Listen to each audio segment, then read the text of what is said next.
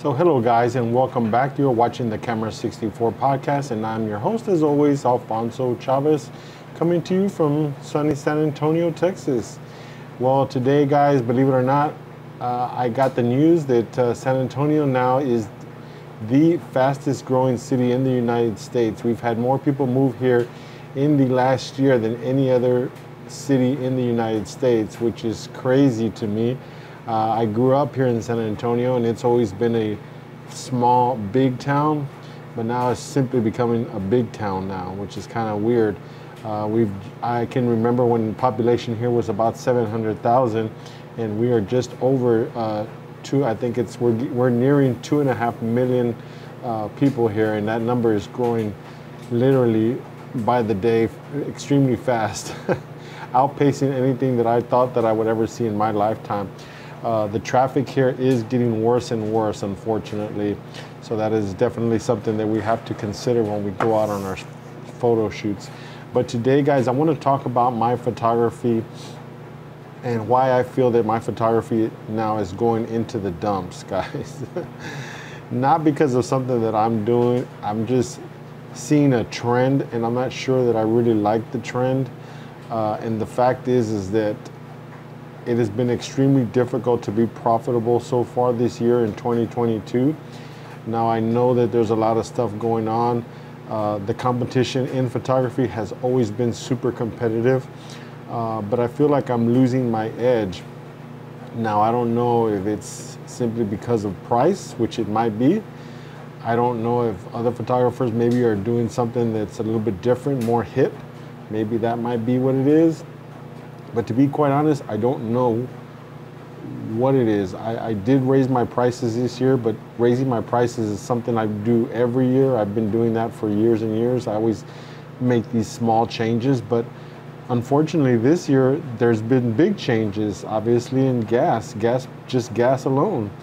$2 to $4.50 here in San Antonio right now. So that is a huge change. So what does that mean? That means that everything that we buy, everything that we purchase, when I go to H-E-B, the prices for meat are higher, the prices for eggs and milk is higher. So what does that mean? I've got to also meet that trend. I've also got to bring my prices up to be fair to myself and my family, because every time I do a session for somebody else, I'm taking time away from my family. I'm taking the effort that it takes to take my wife out to go eat. I'm not able to do those things.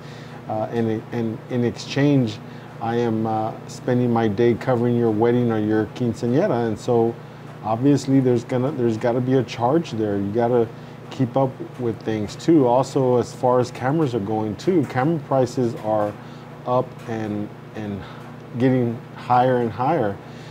Canon raised the prices of all their RF lenses now. As well as some of their camera bodies have gone up 15-20%, which is, it's getting expensive again, guys. Now, I'm not complaining about it, but let's face it, if a customer wants to have top-notch stuff, everybody wants to have the nice stuff, right? So for me to ensure that I can provide that higher quality that the customer is expecting from me, I've got to maintain my cameras. I've got to get cameras that are up to date, current. I got to get current mounts, not because it's going to make me any better as far as for myself. I mean, I would be just good as well, using a 1DX, but guess what? If my competition is using R5s and R6s, I've got to match. Because if I don't match, then obviously then I find myself in a position to where, hey, the customer, it's all about assumptions. The customer makes the assumption that my quality is not as good as so-and-so or that photographer or my family member who has an R5 or an R6. You get what I'm getting at? So my thinking now is, where am I at? What's my next step? What am I gonna do? Am I gonna continue on to try and keep with the trend? Or am I gonna just say, hey, enough is enough? I'm either gonna bring down my prices and charge ridiculously low prices and deliver ridiculously low quality prints and product. So that's where I find myself at. Now, I'm not upset about the competition. I mean, that's just what it is, right? There's a lot of photographers out there, and they run the gamut as far as what they charge or what their cost is for their services. I can't compete with them on prices, because if you compete with other photographers with prices, it's not going to end up in a good spot, because they're going to charge less and you got to charge less, and they're going to charge even less, and then you got to charge even less. You see where it's going? It's taking you down into a situation where you can no longer be competitive. So I can't compete on that level. I guess what I can do, maybe, and I don't even know if this is correct, maybe I can just lower my standards, maybe not do as much editing. Maybe not show up as early, maybe not carry a second camera, maybe not carry backup lenses or flashes, just do the bare minimum, because that's what my competition is doing. Somebody that's doing a wedding for $300, 99% of the time they show up with one camera, one lens, maybe one flash. Now, that's okay, but in reality, things happen, guys. You drop a camera, you can snap a lens right off a camera. Your flash can stop working right in the middle. What do? You see what I'm saying? What do you do? Now, maybe it hasn't happened to them yet. Or maybe that's what the client expects. They understand that, hey, this guy's only $300, so he's gonna show up with one camera, and if he drops it, well, we'll just miss the rest of the day. And maybe they're okay with that. Maybe that's where I gotta be at. Maybe I'm just over delivering when I shouldn't be. Maybe I should give them what they want, a low price, a lower, I'm not gonna say low quality, but I'm gonna say a lower quality of product. Maybe not deliver prints, maybe not offer books, maybe not do online, make them wait until I can just put on a USB drive and hand it to them, toss it at them, here you go. Just take it, put it on my computer, make a USB drive, and there you go. Maybe I can be competitive that way. Hey, $400, right? I don't know.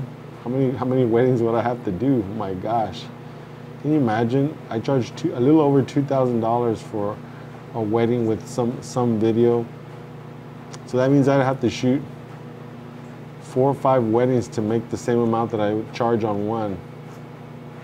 Is that worth it to me? I don't know if that is or not, guys. You tell me. Is anybody else out there find yourself in this situation? How about all the new guys? That's why when I see new photographers and they ask me, I want to be a photographer, I'm like, do you really? Do you really want to be a photographer right now? I don't know. I don't know if that's the way to go or not. But we'll see, right? We'll see. But let me know, guys, if anybody out there is still killing it, still charging $5,000, $6,000 for a wedding. Oh, I miss those days. Gosh, I miss those days. You could actually make a living, right? Your wife wouldn't yell at you for going and buying a new camera because you could afford to do so. Now, if I buy one, I'm paying a majority of that money up front out of my own pocket. I got to make my Canon payments. That's when you know you're a real photographer, when you have Canon payments. You know, most people got car payments and house payments, but when you're a real photographer, or in my book, I'm gonna say real photographer, you have camera payments, guys. I do have camera payments. Oh my gosh, maybe that's what I'm doing wrong, right?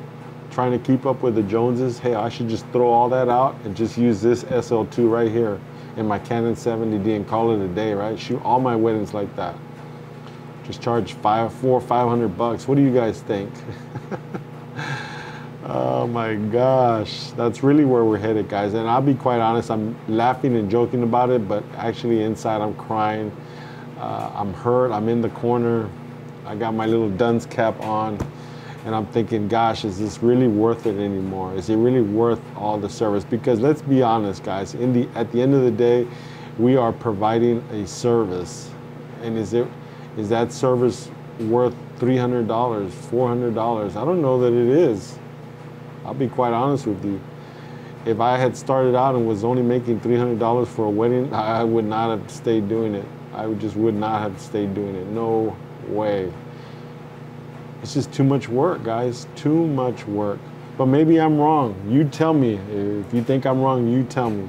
But that's what I think, guys. Now, I keep a whole bunch of old cameras around. I've got a 70D.